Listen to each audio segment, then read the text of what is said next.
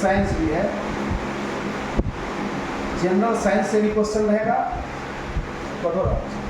General science से question रहेगा। इसके अलावा अब जनरल साइंस में भी आपको देखना है, बहुत सारी बातें हैं। उसके बाद आप जनरल नॉलेज कहिए,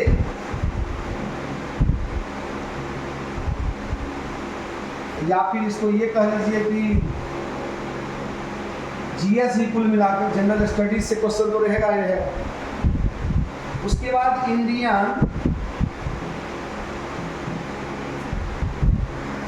नेशनल मूवमेंट,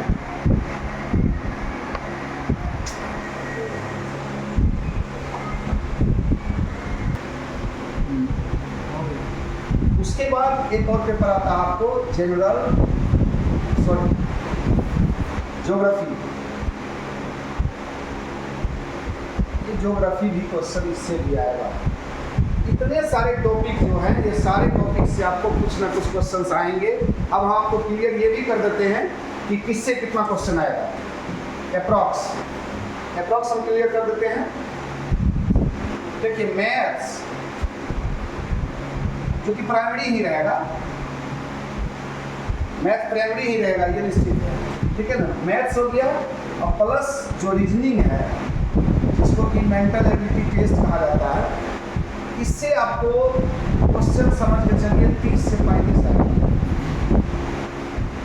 ये 30 से 35 क्वेश्चंस आएंगे इससे अप्रॉक्स। 30 भी हो सकता है, 35 भी हो सकता है, 30 से 1-2 कम भी हो सकता है, 35 से 1-2 ज़्यादा भी हो सकता है। ये लेकिन अप्रॉक्स हम आपको बता रहे हैं। उसके बाद आपको जनरल अवेयरनेस जो है, जनरल अवेयरनेस से भी आपका क्वेश्चन 15 से 20 आएगा।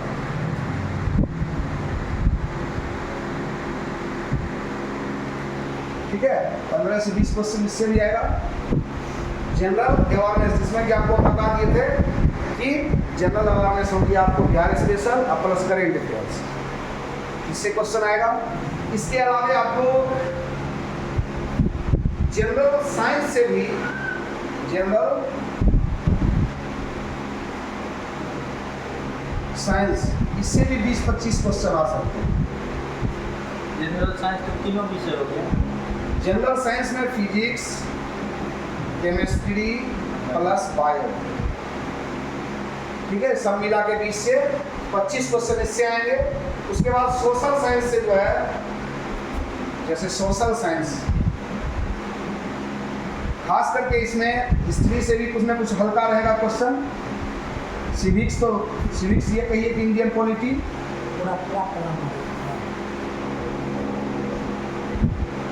पॉलिटी हो गया, इससे लगभग आपको 10 क्वेश्चन आएंगे।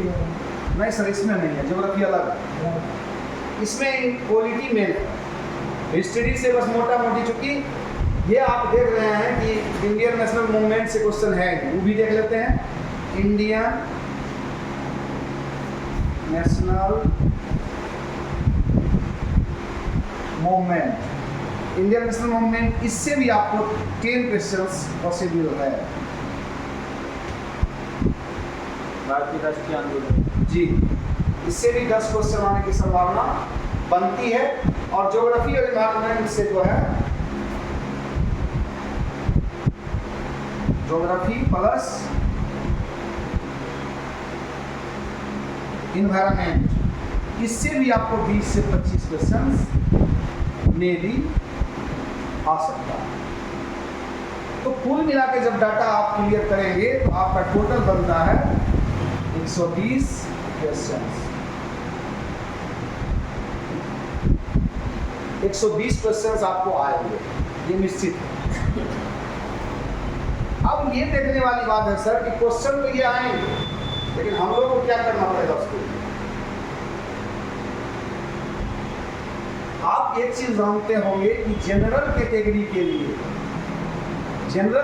के लिए जो क्वालिफाइंग मार्क्स है, सबसे पहले तो आप हिंदी इंग्लिश का देख चुके हैं कि 30 मार्क्स लाना है, और जो जनरल कैटेगरी के लिए आपको मार्क्स है वो 40% है,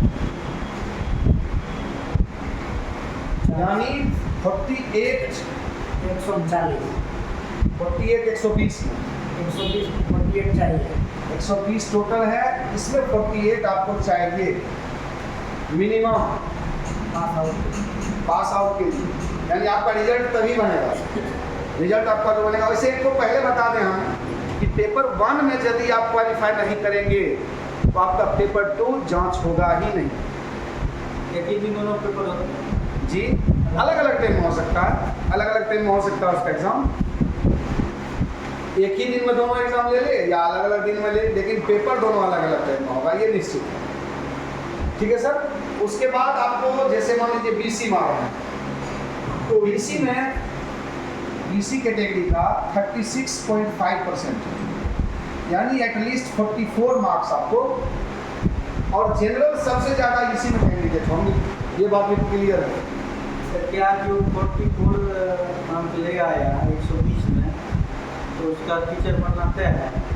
कट ऑफ मार्क्स है ये कट ऑफ मार्क्स है कि इतना लाए तो आप उस रैंक में 1,70,000 के अंदर आ सकते हैं। It may be possible but it is not, मतलब इट इज़ नॉट डेफिनेट, यह निश्चित नहीं है, लेकिन आप वेटिंग लिस्ट पर आ सकते हैं तब जब आप इतना मार्क्स ले आते हैं। ठीक है, तो ये आपका बीसी का हो गया। उसके बाद बीसी के बाद क्या रहता है? ईबीसी।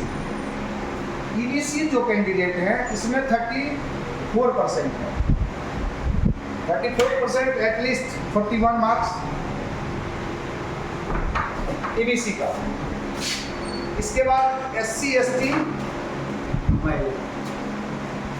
एसटी हैंडीकैप और फीमेल, ये 32 मार्क्स 32% है, यानी कि ये तकरीबन 38 मार्क्स होगा, 39 होंगे। इतना मार्क्स अगर आप लाते हैं तो आप क्वालिफाई कर जाते हैं उसमें, और बहाली आपकी हो या ना हो, लेकिन वेटिंग लिस्ट में आप जरूर आ जाए। ठीक है, वेटिंग लिस्ट में आने के लिए फिर से समझ लीजिए जनरल को फिर जो वेटिंग लिस्ट क्या है? देखिए सर, सबसे पहले बात है कि 1,70,000 आपकी बहाली है टोटल, इसमें पास हो गया 2 लाख, 2 लाख पास होगा तो 2 लाख में 1,70,000 को ले लेगा, बचा कितना? 30,000 वेटिंग हो गया। तो वेटिंग में फिर निकलेगा तो फिर निकलेगा सर, ये तो गवर्नमेंट की बात है, ये बीपीएससी जाने, बिहार सरकार जाने। ठीक है, अब इस एक चीज और भी गौर कीजिए कि जो नियोजित टीचर को भी भरने के लिए बोला जा रहा है, और नियोजित टीचर्स की संख्या एटलीस्ट 4 लाख है, उसको कहाँ समायोजित करेगा? अगर 4 लाख का 4 लाख पास हो जाए तो फिर उसका बहाली कहाँ होगा सर? इसके अलावा 1 लाख से लगभग 10 से 15 लाख तो ये ऐसे टीचर होंगे जो सीटेट बीटेट स्टेट पास हैं, उनका भी बहाली होना है। ठीक है ना, तो ये सब चीज़ें जो है इन लोगों को देखना पड़ेगा, तो सारे के सारे चीज़ इसी में समाहित। अब थोड़ा सा हम लोग बात करते हैं कि जैसे इंग्लिश सब्जेक्ट आता है, जैसे आप देख रहे थे कि इंग्लिश हमने बताया था कि कंपलसरी है। इंग्लिश में आपको हम बताए थे कि 25 क्वेश्चंस इसमें रहेंगे। तो इंग्लिश में सबसे पहला बात देखना क्या है, क्या पढ़ना पड़ेगा। इंग्लिश में सर सबसे पहला चीज आप देख लीजिए, साइनोनिम्स तो निश्चित है। साइनोनिम्स क्या होता है सर? सेम अर्थ का शब्द, सेम अर्थ का शब्द होता है। ठीक है, जैसे पर्यायवाची, जैसे कहते हैं इट मीन्स क्या होता है? To take food, it means खाना, टेक फूड समझ लेना, समझ रहे हैं ना? तो साइनोनिम हुआ है। साइनोनिम्स का भी आएगा दूसरा, एंटोनिम्स,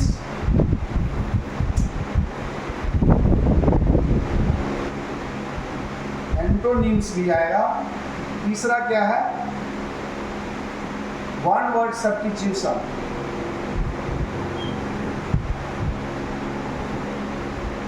वन वर्ड सब्स्टिट्यूशन ये होता है अनेक शब्दों के एक शब्द।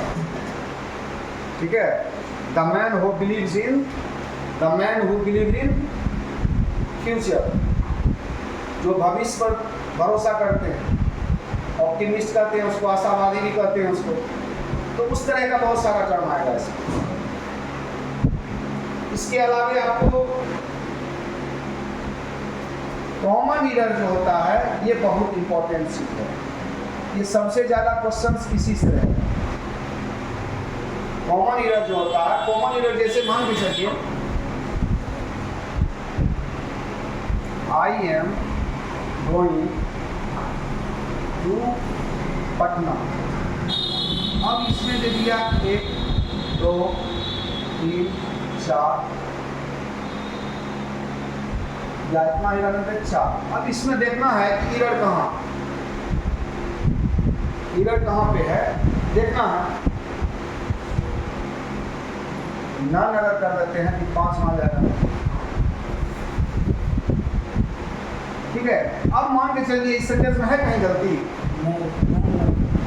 नन हो गया, आपका आंसर क्या हो जाएगा 5 नन। समझ गए सर? दूसरा सेंटेंस अगर देते हैं Ram and Shyam place cricket very well, 1 2 3 4। अब यहाँ पे देखा जाए कहीं सेंटेंस है गलत, अगर गलत है जहाँ तो वो आंसर आएगा, अगर गलत नहीं है तो ना।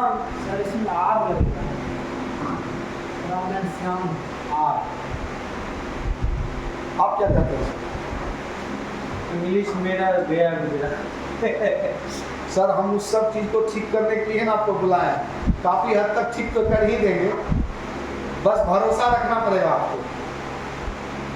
अब देखिए सर, ये आपका स्ट्रक्चर पूरा का पूरा सेंटेंस जो है सिंपल प्रेजेंट का है। किस टेंस का है सर? सिंपल प्रेजेंट का है। सिंपल प्रेजेंट में क्या होता है कि सब्जेक्ट प्लस V1 या V5 प्लस ऑब्जेक्ट, बस इससे ज़्यादा कुछ नहीं, ठीक है। अब यहाँ पे सब्जेक्ट हम देख रहे हैं राम एंड श्याम है, कोई गलती नहीं है इसमें। यहाँ क्या है प्लेस, यहीं पे गलती पकड़ा दिया। सब्जेक्ट जब आपका राम एंड श्याम 2 है, दैट मीन्स प्लूरल सब्जेक्ट है, तो वर्ब आपका क्या होगा प्लूरल होगा। फार्मूला याद रखिएगा एक सर, ये बहुत ही बढ़िया फार्मूला है SSPP, इसको अच्छा से याद रखिएगा। SSPP का क्या मतलब हुआ सर? सिंगुलर सब्जेक्ट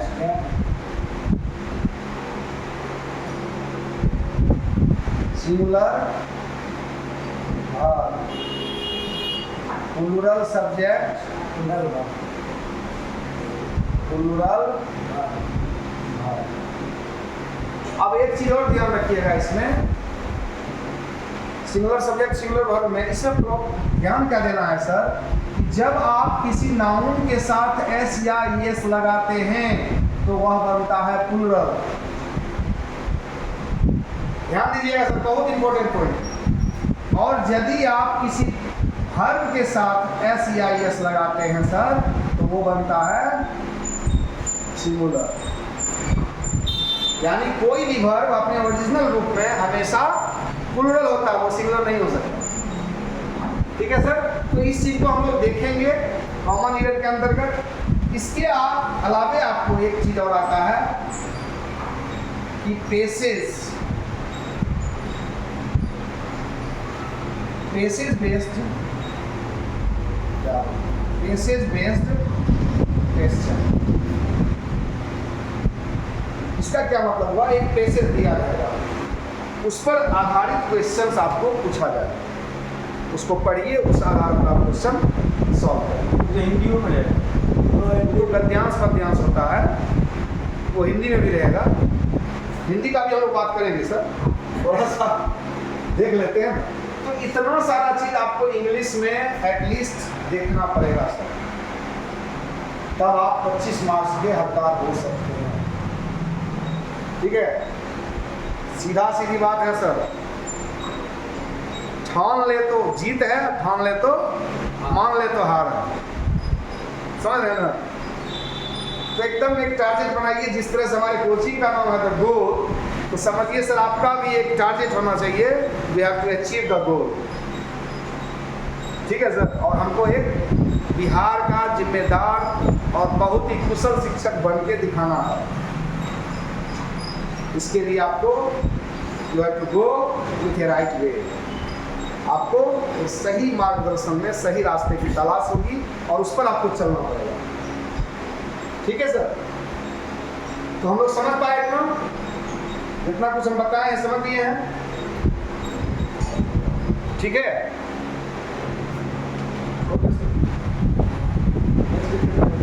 हिंदी भी बताएं, हिंदी में भी थोड़ा सा हम लोग हिंदी पर भी फोकस कर लेते हैं सर। हिंदी कितना है? 75 मार्क्स। हिंदी में भी 75 मार्क्स है और इसमें भी बहुत सारी चीजें हैं। वर्णमाला से लेकर के वर्णमाला, इसको बर्तनी भी कर सकते हैं आप, इससे सवाल रह सकता है आपका वर्णमाला बर्तनी।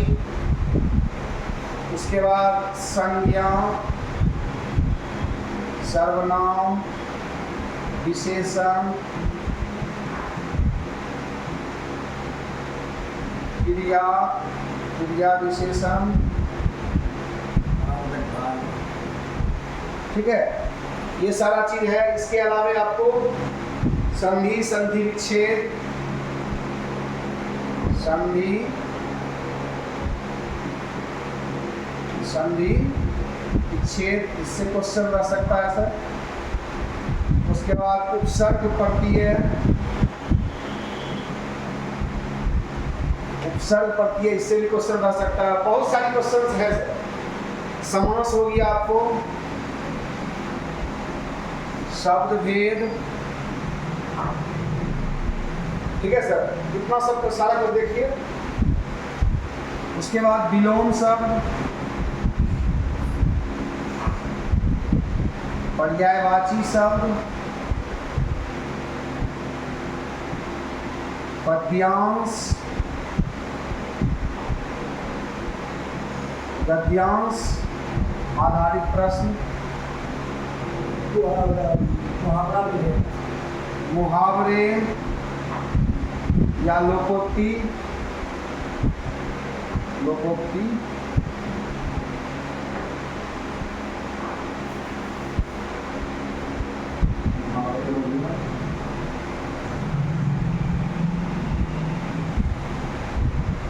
ठीक है, लोकोक्ति होता है, लोक का उक्ति, लोग जो बोलते हैं। वाक्यांश रह सकता है, छंद रह सकता है, छंद, अलंकार,